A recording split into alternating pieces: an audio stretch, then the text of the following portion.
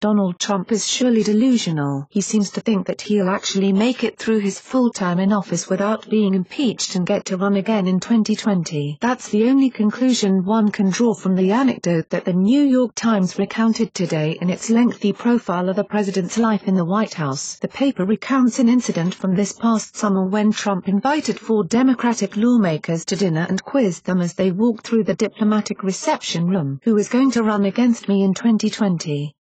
he asked, according to a person in attendance. "Crooked Hillary? Pocahontas?"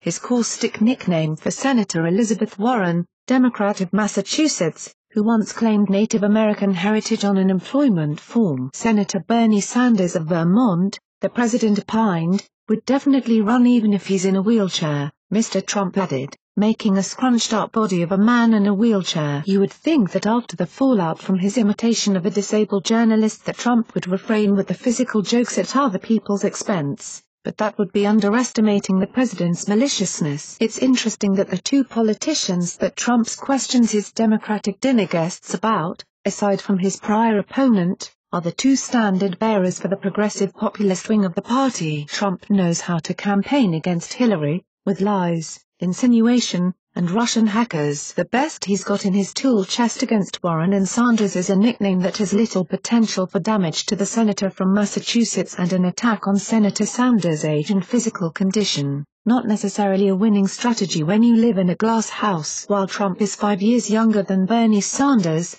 at least Sanders' mental capabilities still allow him to form complete complex sentences with a fully functioning vocabulary. The Times article is a must-read for anyone who wants more detail into the day-to-day life Trump leads in the White House, or anyone who likes a good horror story. Either way, let's hope that Trump is enjoying his stay at 1600 Pennsylvania Avenue while he can. By 2020, Trump should already be facing whatever the results of Robert Mueller's investigation wind up exposing, and Republicans will be scrambling to rescue their party from the dustbin of history.